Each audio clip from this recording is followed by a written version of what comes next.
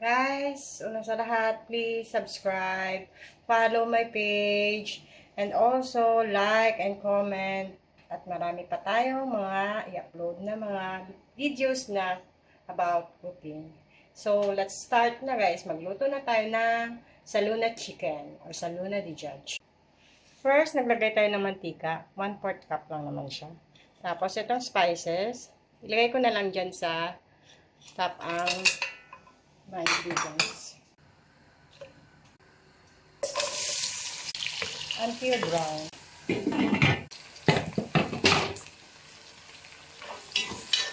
Ang bango at garlic and ginger.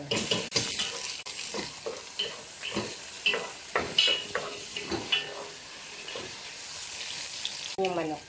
At ang chicken. Mekos-mekos lang. Takpan muna natin. After 5 minutes, sunod na natin ang next ingredients.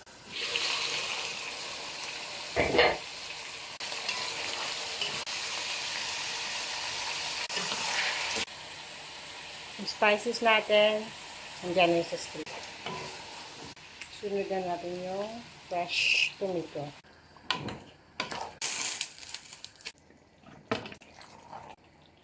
Add tayo ng tubig.